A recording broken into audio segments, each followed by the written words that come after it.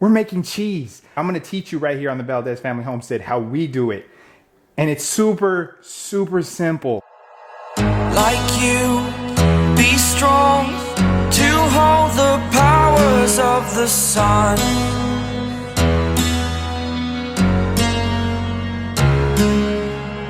To dream, believe in strength. Now I'm the only one, only one.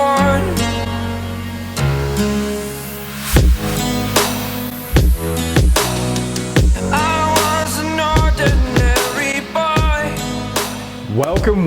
Welcome back to the Valdez Family Homestead. We've got another kitchen episode for you. And you know what? Today, I'm gonna try to make this video as quick as possible, but as informative as possible as well. So I don't wanna try to skip out on anything. And I know my videos are normally about 20 minutes, and the attention span of someone like myself cannot last that long. And now I hope you're staying through my whole videos, please, because that's what supports the channel. Liking, subscribing, all that stuff supports the channels. But I'm gonna try to make this a quick video, hopefully under 10 minutes.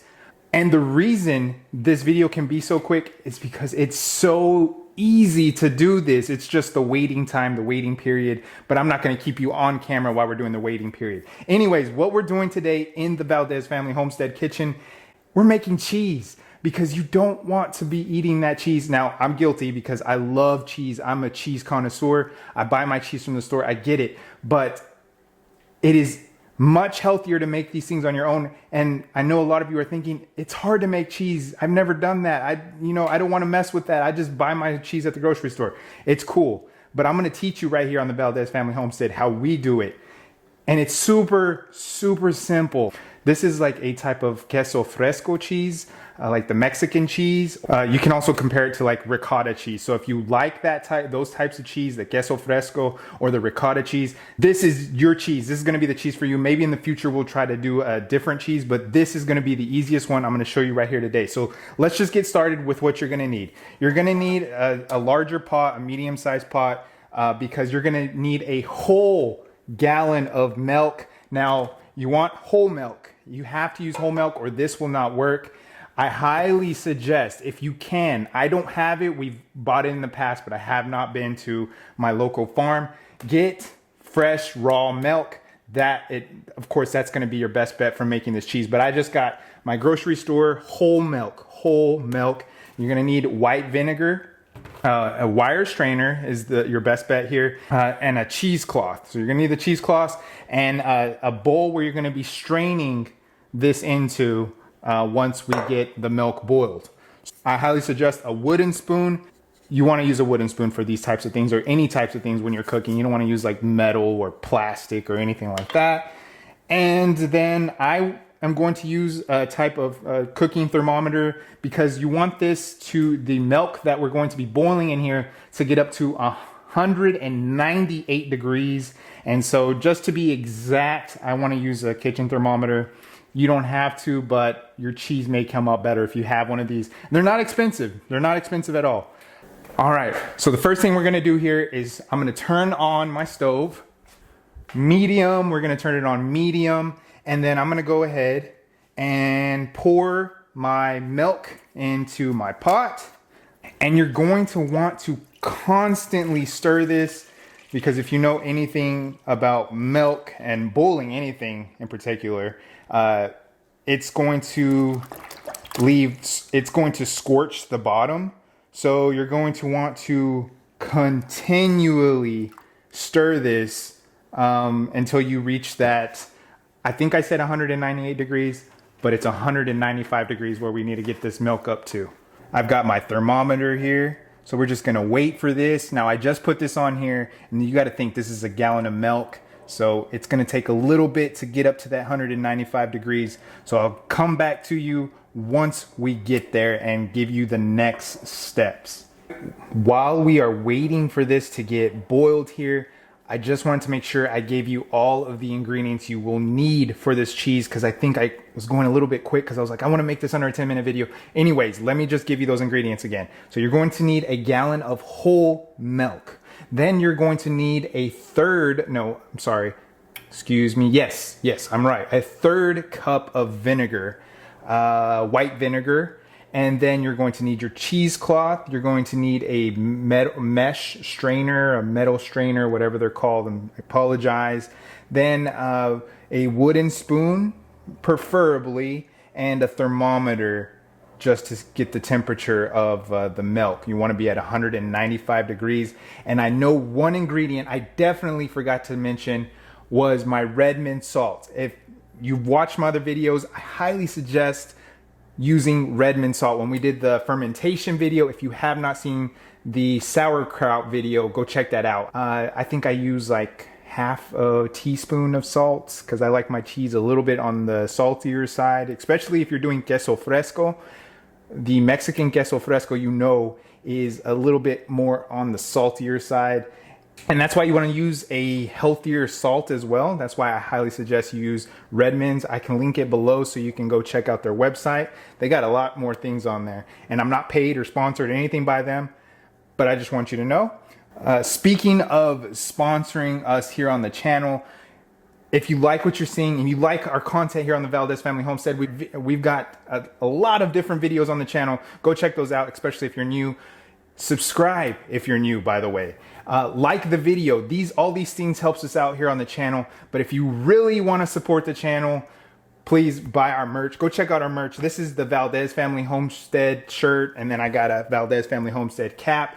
But we've got a new shirt that we designed with love here on the Valdez Family Homestead. If you don't want to, you know, be wearing our logo on you, I understand that. But we have wonderful designs on our site. I'll have linked on here as well that you can see our merch. Go pick up one of those shirts. I'm thinking I'm only gonna have them on there for a limited time. Check it out right now. Support the channel. We appreciate it so much. Thank you for all of your support. As you can see there, we just closed in at 195. Well, we're at like 192. It keeps on jumping back and forth. But I'm gonna say we're just about there to that 195 mark. So what you're gonna wanna do once you get to that 195 degrees, you're gonna wanna turn off your stove and we're gonna take this off the heat. You don't want it to be on the heat anymore because we've got it at the temperature we need it at. So let's go move this over here and we can continue the process. Next, we are going to take our third cup of white vinegar and then we're just gonna stir it in there really good. So I've got my third cup of vinegar in here and we're just gonna stir it around.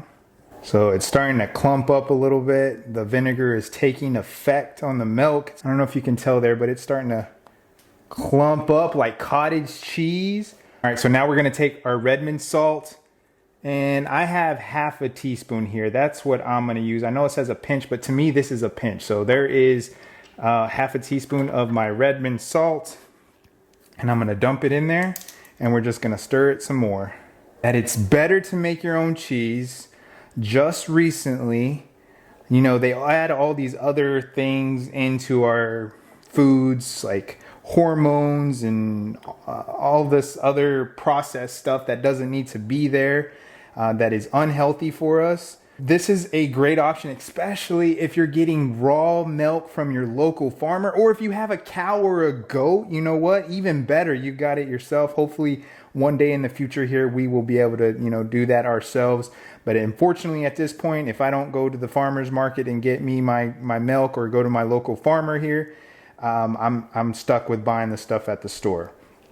They're sticking these extra things in our cheese that we don't need. And here just recently, they're going to start adding something a little extra that I don't really want to bring up here on the channel. But you can do your own research and see for yourself what I'm talking about. So it's better just to make your own cheese if you can, if you like this cheese, because some of the other cheeses, you know, they take a lot of age, like the aging process behind them. It takes a little bit longer, so you have to like these sorts of cheeses as well. All right, next is the messy part. We're gonna have to get this poured out into this strainer here. That is the next step of this. Make sure you have your cheesecloth folded pretty nicely inside the strainer. Then it'll just do its job from there. So let's get this poured out into the strainer. Pour it directly into that cheesecloth. All right, so we're going to let this set here for an hour. Like I said, this is super easy. It's just a waiting game. And then at the bottom, you'll see that is called the whey. That is being separated right now with this cheesecloth and the strainer. So the bottom stuff is what you will be discarding. I know it seems like such a waste of resources, but that's just the process of making this cheese. You'll see that this bottom milk, that part that kind of stays milky, it is called whey, and it's like more of a yellowish. So it's being separated right now with the cheesecloth. You're gonna wanna let this set here, like I said, for an hour and let it just do its thing. So I will see you back here in an hour.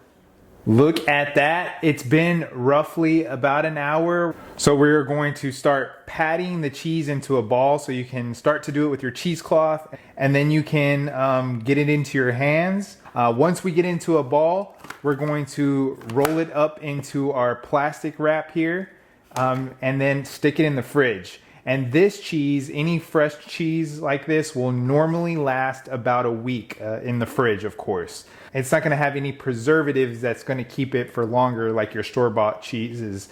They'll last, from anywhere, just depending on how you store it, from 2 weeks to even longer, just depending. But this is our fresh cheese, so it's gonna last you about a week in the fridge. So let's go ahead and start rolling this into. Before I do that, I'm gonna move the cheese out of the way and I'm gonna get my plastic wrap ready. So once I roll it into a ball, we'll have the plastic wrap set aside to go ahead and wrap it up and throw it in the fridge.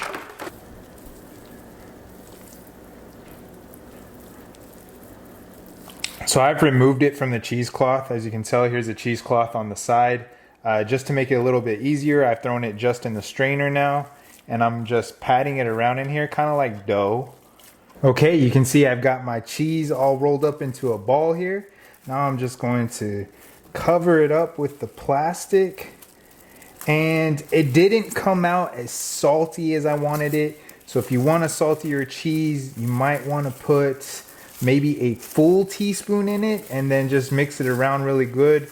You can also add, once you're done, you can add salt to it, of course. It's a little bit harder when it's not in liquid form, of course. We've got it rolled up into our ball here. It's ready to go in the fridge, ready to eat tomorrow for breakfast with our fresh eggs.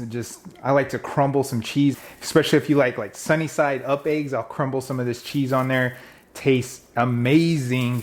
But we've got our fresh cheese, and look how easy it was. The longest process of this is waiting, the waiting game. Once you have it all poured out in your cheesecloth, you're going to have to leave it there for an hour. Once it's all strained out, you roll it up into a ball and you've got your cheese.